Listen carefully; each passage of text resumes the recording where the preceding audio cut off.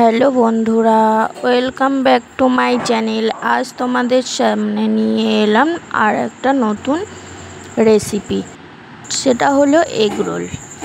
Egg roll তোমরা কে কে খেতে ভালোবাসো আমাকে কমেন্ট করে জানিও।